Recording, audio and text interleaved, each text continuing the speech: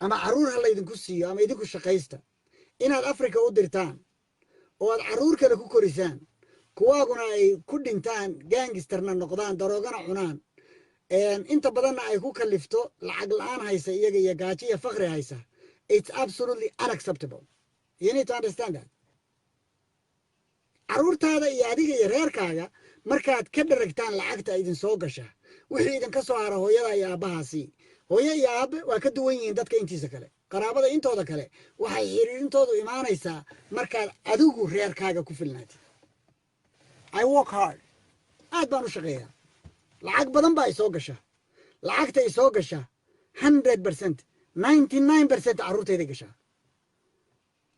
oo ma rabo miyaa inaan wax meel dhigto waa rabaa laakiin waxaan meel dhiganayaa waa caruurtayda. My investment is my kids. Understand? Your investment is caruurtaada.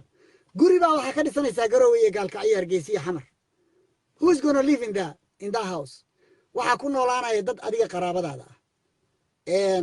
guryahaas magacyaa loo yaqaan waxaa la yidhahdaa ifka lagu dhaxal adoo nool bay ku dhaxlayaan waa lagu dhaxlay gurigaagii waa la qaadanayaa adigu ma lihid dad kalaa iskale.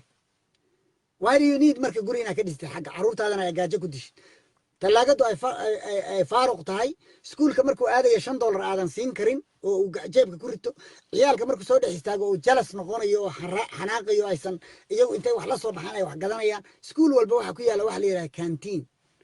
canteinku waa meel alaab wax laga iibsado cunugaagu hadduusan gadan karin waa la caayaya cunugaagu hadduusan wax iibsan karin waa la cambaaraynaya.